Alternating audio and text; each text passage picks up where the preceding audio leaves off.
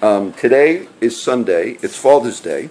Now, I have all four of my daughters give your names from Becky Rebecca, Debbie, Christina, Bethany. Okay, give your last names. That's the only... I'm Goralchek. Because I'm Bethany's married. married. What's your last name? Shirillo, Johnson. Chirella. All right.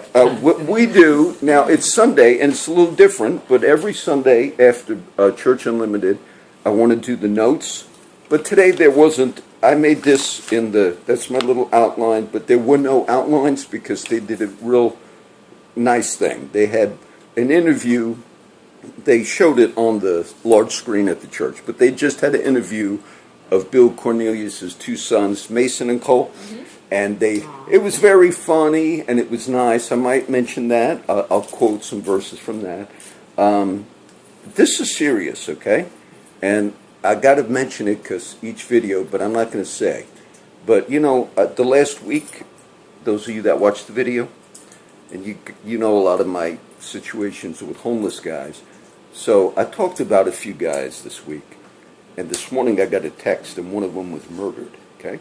Now, I don't know if he OD'd, okay? It's one of the guys that I was talking about this week. And he's a brother of a cop that lives in Flower Bluff. Now, I'm not going to do any more, but that's the update, okay? He was murdered yesterday, and I got the text this morning. And he's my age, okay?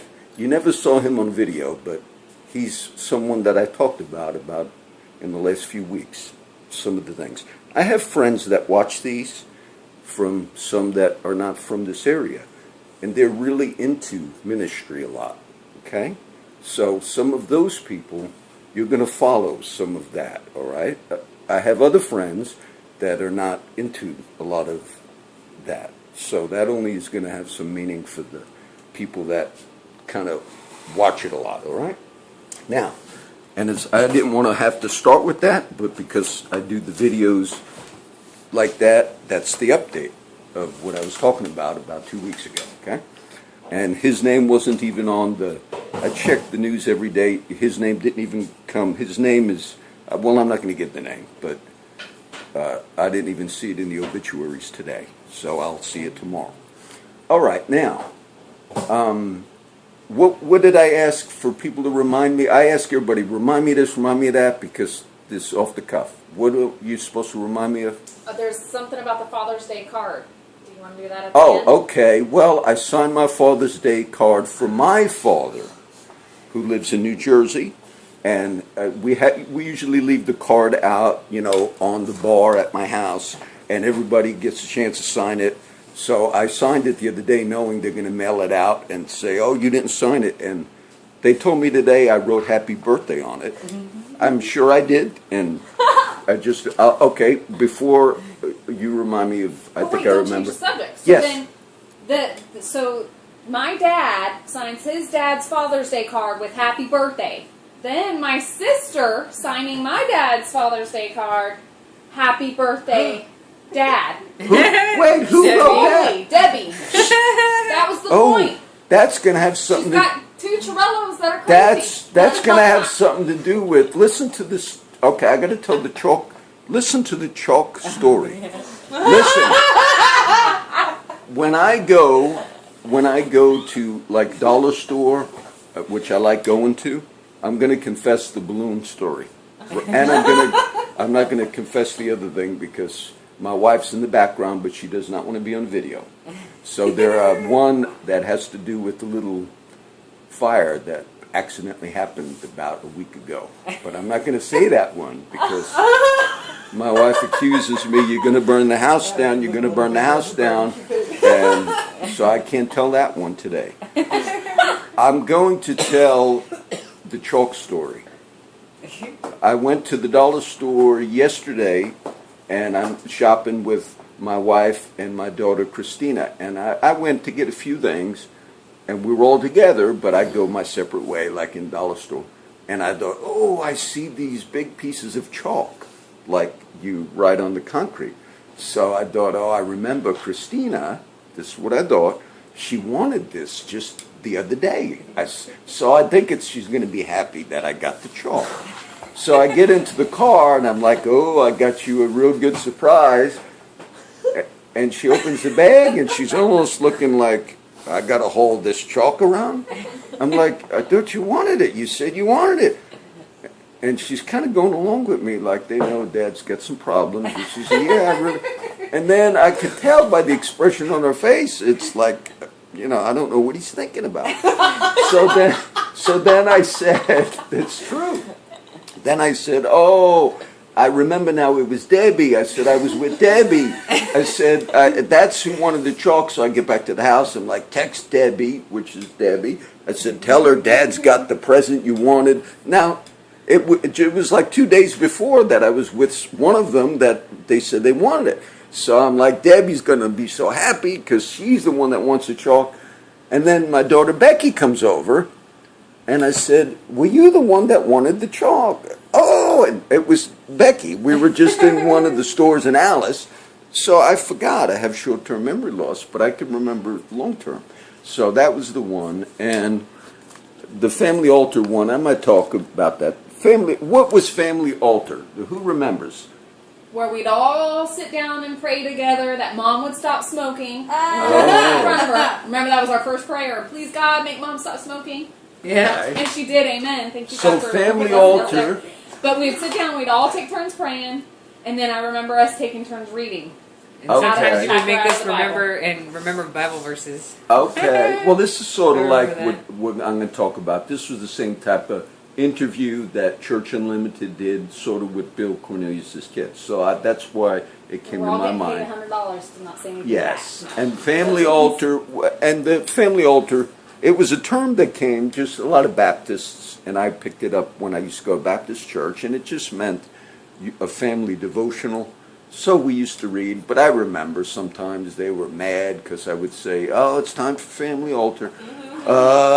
Like everybody would get, not mad, but like, oh, he wants to do it. And sometimes it was like, okay, it's time to read. Is it over yet?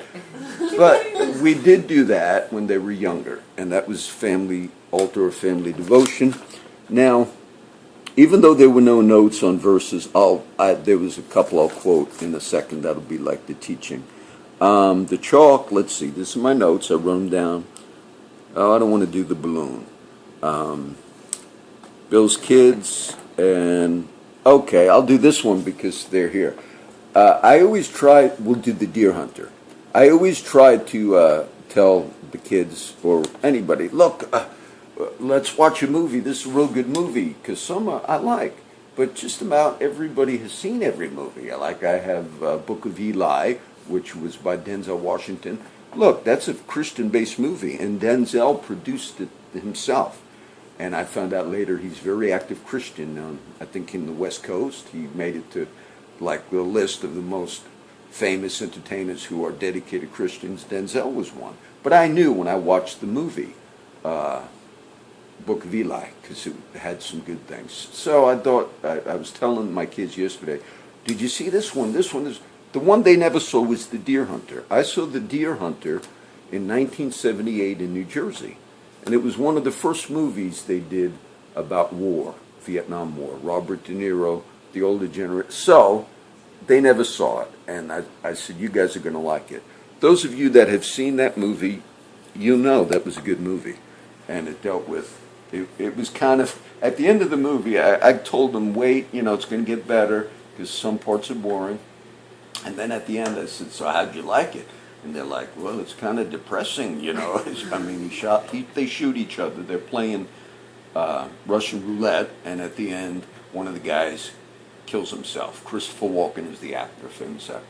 So I said, well, I'll get the sequel next week, and they all shoot themselves in the sequel. So that was the joke, because they said it was very depressing. All right.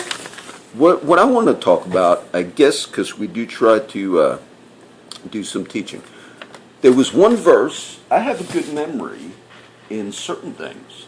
I quote a lot of verses, but I forget other things, like the chalk thing, okay? Last time we did the little Church Unlimited Notes video, which was here, this was 2 weeks ago. I remember the verses I quoted on that video. what was the title of that video? I think it was just called Church Unlimited Outline. And that's 2 weeks from the date of this. Now, I can remember a verse I quoted off the top of my head. Okay? So I can remember those things. It said, train up a child. If you go back 2 weeks and watch, I made about 10 videos since then. I did all types of things since then. I quoted, train up a child. I didn't even review it, I remember. Train up a child in the way that he shall go, and when he's old, he will not depart. In today's video at Church Unlimited, Bill Cornelius quoted that verse. Okay? And he was talking about his kids. I also taught on that quote. I said, that's the King James Version, but I taught that it actually says in the other versions, which Bill Cornelius uses, try to train up a child in the talents and the gifts that you already see them having. And that's exactly what Bill said on the video. He said, when I raise my kids, I try to look for the gifts that they already have. So instead of forcing people to go a certain route, you know, if someone's artistic or someone wants to be involved in whatever, you try to encourage that. And so I wanted to mention that.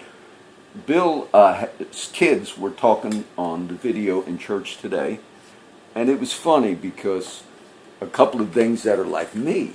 They were interviewing the two boys, and the younger boy, what's the younger boy's name? I think it's Mason. Okay, the younger boy was kind of funny, but you could see that he was maybe like, you know, not bad, but like he'd complain a little more. And one of the things he said, well, they're interviewing the kids, and they made Bill Cornelius leave the room. They said, and what about your dad? Is he like, does jokes at the house? And the younger boy said, oh yes, like he's the same way at the house. If some funny joke comes up and he starts telling us, oh, I can't wait to say it in church Sunday. And this is like me, like I'll do something at the store. Oh, the balloon story. When I went and bought the chalk at the dollar store, I walked around the store, got a few things, and I always buy one of the helium balloons because they're only $1. So I always buy a helium balloon. I still got one at the house right now. And so I'm leaving the store and I'm checking out, and obviously I got it, and the girl sees it in my hand, you know, as I'm checking out, I can't put the balloon down. And she says, oh, are you going to purchase that too? Of course, I wasn't trying to steal it. And I said, oh no, I walked in with it. Didn't you see me? And she looks at me like, well, if this guy's going to be like that, I guess we can't challenge it. I said, no. I said, of course I got it from the store. So the balloon, and then I think in my head, oh, I can't wait to say it on video. Well, Bill Cornelius' son, when they were interviewing them, said, oh yeah, he'll think of a joke, something will happen. And the son's funny, he says, but then he'll talk about it all week. And the son was serious. The son was serious. He says, I get tired of hearing him tell the same joke 70 times during a week. And the older son's trying to cover for his dad, like, well, he's not that bad. And then the younger, they actually spoke very well of Bill, okay, raising them and all. That's why I thought Hey, the other one thing he gets annoyed about, yes, remember, was the chants. Oh, and he said, the father, Bill Cornelius, will wake up the kids. Oh, remind me of the rooster. Oh, just say rooster, okay? The father, Bill Cornelius, the pastor of Church Unlimited, the son says, oh, but I hate it. My dad comes in the room to get us up. What does he chant? He says, yeah, it's like some funny chant. Yeah, his dad starts singing in the room like, it's time to get up, it's time to get up, and the son is saying, you know, it's summer. Yeah, it's summer, and I get tired of hearing it. So the kid was like spilling the beans on his dad.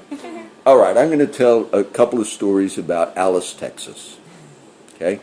Becky and Lulu used to live in Alice, but they live at the ranch that you see me make the video. It's right by Alice. It's called Sandia. So I've done some meetings last year at the rent house in Alice, and then most at the ranch that my daughter actually owns. So I remember one day, you know, I'm like somewhat of critical. I think you know that. So we're driving around. This was 2 years ago. We were looking for houses, and just the investment house. You know, oh, this would be a good investment house. And I told Becky, I'll help you. I know somewhat about investing in houses. Every house we looked at, oh, for sale sign, for sale sign, for sale sign. I'm not kidding you. I am not kidding you. Not a single phone number on any of the signs that said house for sale. And then some we even knocked on the door, nobody home. I said, I'm going to put a big poster, big, thing, real estate investment course, how to increase your sales 100%. The course costs $50 and it's a 2-minute course. And I'm going to do the course for everyone in Alice. When you make your for sale sign, try to put your phone number on the for sale sign. So that was like one of the jokes. Oh, and then I'm with Becky and Lulu 2 days ago, I guess. We were in Alice. That's the day I wanted the chalk, I guess, or said, oh, I like that chalk. So we're sitting at a house because they were selling a refrigerator and stuff to some people. So I cannot kid around. And it's 3:30 in the afternoon, and across the street, I hear a rooster crow. I said, that's the unemployment problem. The roosters are all crowing in the afternoon, and people are getting up, going to work. They're like, and you're fired, bro. You're 6 hours late. So that was kind of... I think that's all the jokes. Oh, Anthony, I'm on. Say hi. I want you on. That's my son-in-law. We're gonna ride. We got him on tape. We're gonna ride the quads in a little bit. In a little while. And let me mention this. This was not a verse, but I could teach this a little bit. I listened to the Sunday Mass at a Corpus Christi on the FM station at 9:30 to 10:30. Sometimes I go to the Cathedral Mass, but being I go to Church Unlimited, I remembered one verse they quoted. They didn't give where it was, but it was from Zechariah, and the verse said, it's either Zechariah 12 or chapter 14. But this is a prophecy about Christ, and these prophets said it way back before the time of Christ. But it said, they will look upon him whom they have pierced, and they will mourn for him like a son. Now that prophet, Zechariah, said that maybe 600 years before Christ, about that timetable, 500-600 years, but that was a prophecy that they would look upon him whom they pierced, not knowing that when Christ would come, he'd be crucified, and the New Testament says they stuck a spear in his side. So that was a prophecy. There are many prophecies like that. But they'd look upon him whom they had pierced, and they'll mourn for him like an only son. And it's very interesting. That's one of the other proofs. The last few videos I've done the proofs of the existence of God and all. But that's one of the other proofs of Christ and the reality that it's not just all a fable, because these prophets were prophesying, giving future predictions, okay, about what was going to happen. That was just one. There were many, many others like that. So I just wanted to mention that because the crucifixion, Isaiah 53 is probably the strongest. It says, surely he hath borne our griefs and carried our sorrows, yet we did esteem him smitten, stricken of God, and afflicted. But he was wounded for our transgressions. He was bruised for our iniquities. The chastisement of our peace was upon him, and with his stripes we are healed. All we like sheep have gone astray. We have turned every one to his own way, and the Lord has laid on him the iniquity of us all. When you will make his soul an offering for sin, you will see his seed, you will prolong his days, and the pleasure of the Lord will prosper in his hand. We did esteem him smitten, stricken of God, and afflicted. Okay? But he was wounded for our transgressions. So Isaiah, also a prophet close to the time of Zechariah, said the same thing. That's Isaiah 53. That they'll look upon him and they will say, God has forsaken you. That's a prophecy of Jesus on the cross. Well, what did they say in the gospel when he was on the cross? They said to Jesus, you saved others, you cannot save yourself. If you're the Son of God, come down from the cross and we will believe. There's another prophecy in the Old Testament. It says, they will say, physician, heal thyself. And Jesus himself quotes that, I believe, in the gospel, saying, you're going to say that to me. So Jesus, I'm teaching somewhat in the Gospel of John on the other videos. Jesus will be telling them, these are the prophecies, this is the road or the goal that I'm heading towards, which he says in the Gospel of John, the Son of Man's going to go to Jerusalem. He's talking about himself. He's going to be delivered into the hands of sinful men. He's going to be crucified. He's going to rise again the third day. Now, he's talking about himself, saying, I'm going to be murdered, I'm going to be crucified, I'm going to be executed. How is he getting all that? We understand he was the Son of God, all right?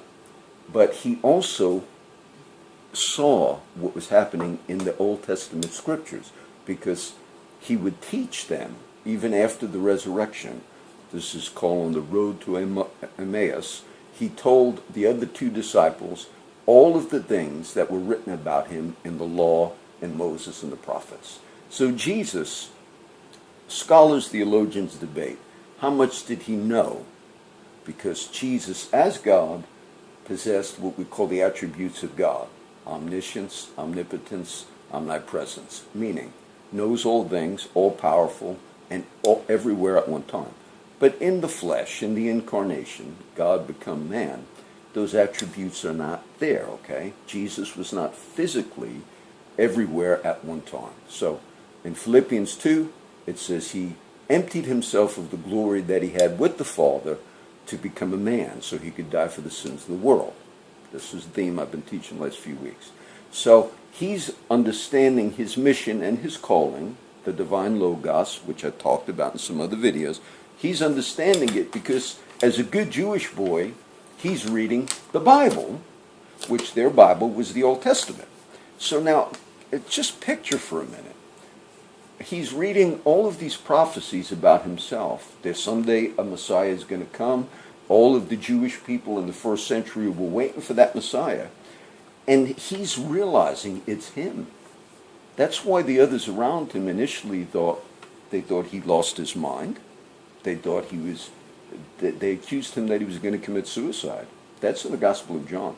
He says, where I go, you cannot come. And it says in the Bible, will he kill himself? Isn't that an amazing thing? That his understanding that the prophecies written in the Old Testament were for him to go to the cross, the others were picking up on it. He's talking about death all the time. And they actually say that. Now the verse from the Mass, which I heard on the radio, was Zechariah. It said, either 12 or 14, they will look upon him whom they have pierced, and they will mourn.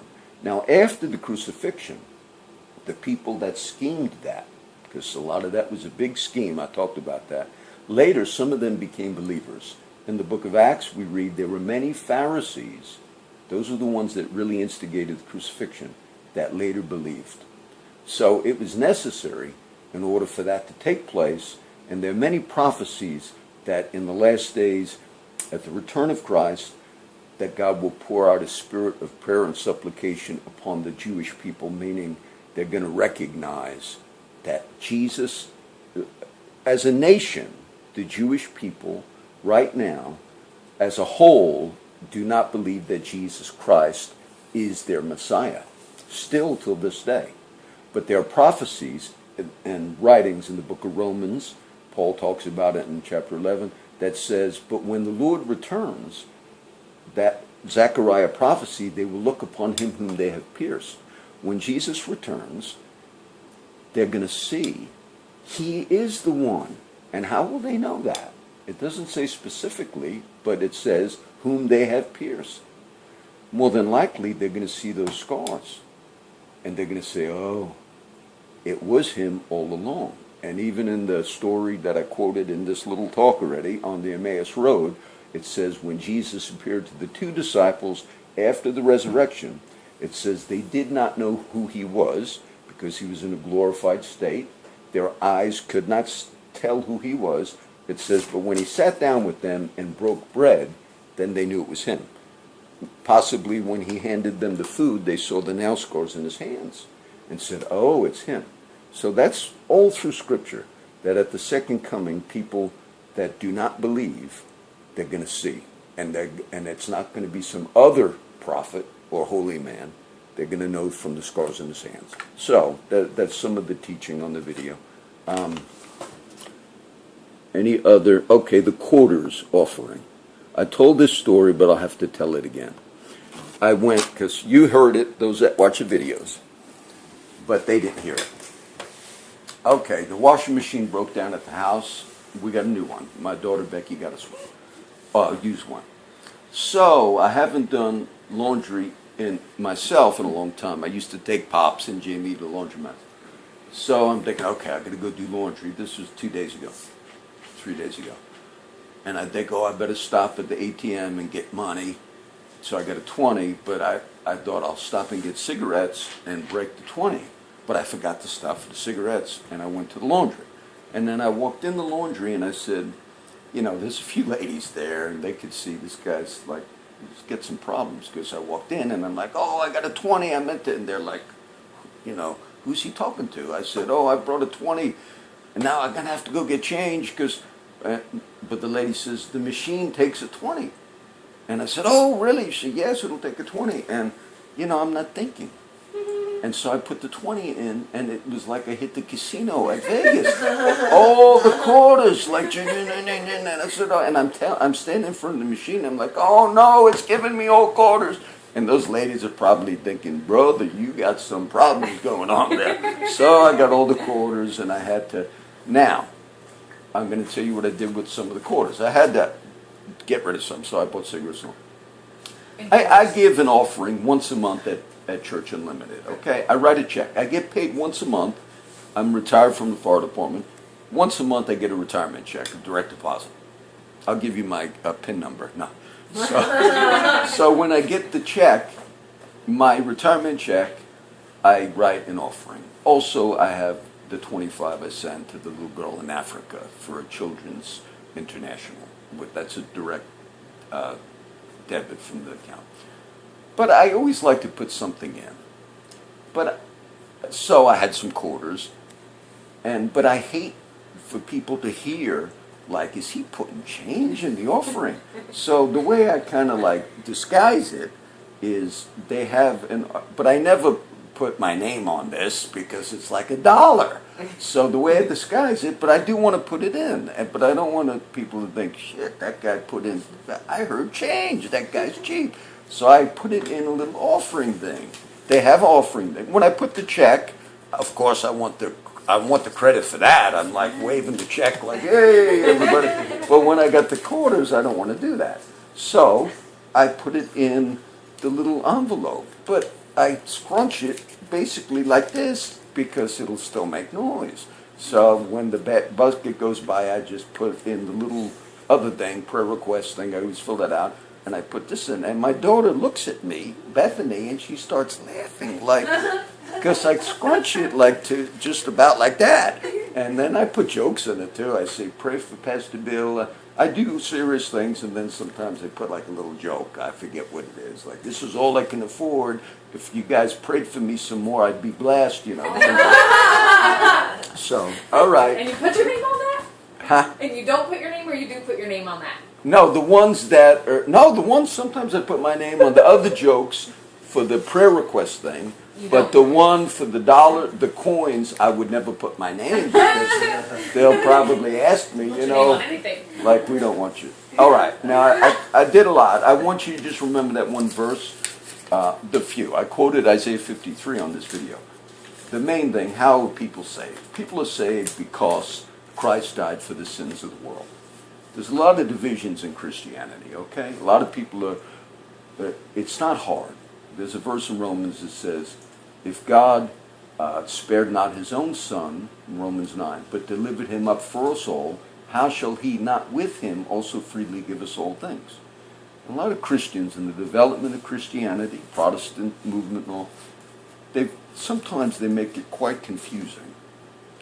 Like, you got to follow certain techniques. Christ died for us. That's why people are saved. Christ died for us. Now, my homeless friend, I'm not going to give the name, that was killed either last night or this morning. I mentioned it. I don't think you were in here, Anthony. But I'll say it on another video, okay? But I've been talking the last 2 weeks. I said, you know, a lot of homeless ministry that I've done, others, I said, if guys are still showing up for 20 years for the free food, and they're still drinking, using, stealing, robbing, killing, which many are, I said, you got to reevaluate, because it's good to help, But if you're just enabling these guys to get math crack, this, that, you've seen some of my friends on videos. I said, you got to reevaluate. And I've just been talking about that in the last 2 weeks. And sure enough, another one of them, I don't know how he died. He overdosed or somebody killed him. But he's a mutual friend of a lot of my other guys you've seen. All right? So, that's it. The free gift of God is eternal life. Christ died for the sins of the world. That's why. That's how we get eternal life.